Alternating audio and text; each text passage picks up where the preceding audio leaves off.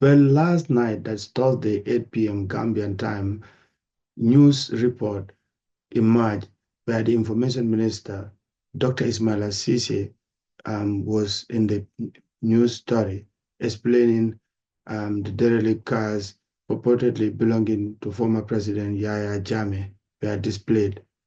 We could count 11 of them, and the news report really shed light on an issue that has been in the minds of many Gambians about how the former president's assets were confiscated, how they were subsequently sold, and in the local parlance, how they are wanted, that is put on sale at a very cheap price.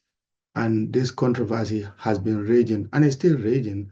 There is still no end in sight to this ongoing saga. This is certainly going to change the dynamics of how people were really pinning blame on the government that all of Jammeh's assets were confiscated.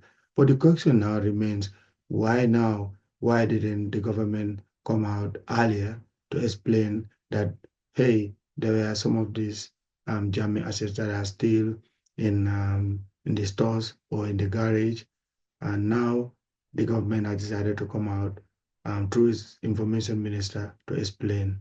Here is an excerpt of that report. In the presidential garage at the State House, a large fleet of vehicles belonging to former President Yahya Jammeh have been parked here since he left the country.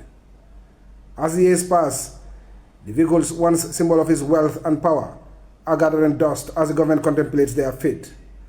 Jammeh lived a life of opulence, known for his knack for slick cars, limousines, Hummers, and wagons. The vehicles, 11 in number, are still under state custody, securely parked in this large garage at the State House. Last week, young protesters took to the streets demanding accountability for the assets of the former president. In a bid to promote transparency and dispel accusations that the vehicles were sold at giveaway prices, the Minister of Information, Dr. Ismaila Cisse, reassured the public that the vehicles are still under the custody of the state. And now this has brought a new twist to the ongoing saga. As part of promoting public transparency, let the public know that yes, the vehicles were sold by the Jammeh Commission at reserved prices established by them, but there are still a few vehicles that are kept in the State House here for Gambians to know. Amongst them are these Hummer limousines, which are here. It's about 1, 2, 3, 4. We have 2 over there, about 5 or 6 of them. They are still here. Contrary to what people are speculating, these Hummer limousines have been sold at a very cheap price. That no, these Hummer limousines are still here. These were Yahya Jammeh's vehicles that he used officially at that time, but also privately. These were his own vehicle, and let the public know that these vehicles are still here. While some of Jammeh's they've not been sold, because offers were made for them to be sold, but the offers were far below the valid prices. So the office of the president deemed it not fit to sell these vehicles at the prices that were offered. So they're still here for the public to know. But there's, again, we've also seen about 2 or 3 on the other side, and we've seen 2 or 3 on this side as well. The public, these Hummer limousines that were used by former President Jammeh are still here parked at the State House. The minister disclosed that the government has still not made any final decision on the fate of these vehicles, and any decision taken will be in the interest of the country and the people.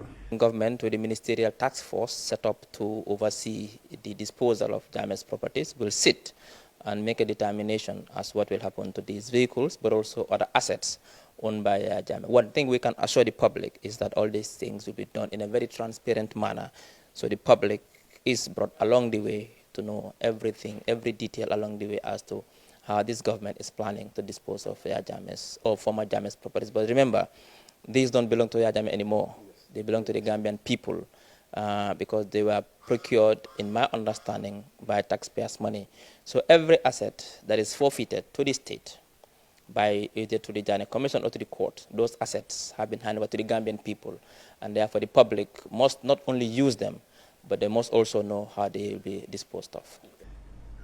The minister stressed that government remains committed to full transparency and accountability concerning the assets of the former president, and reassured Gambians that they will be kept informed on any developments concerning these assets.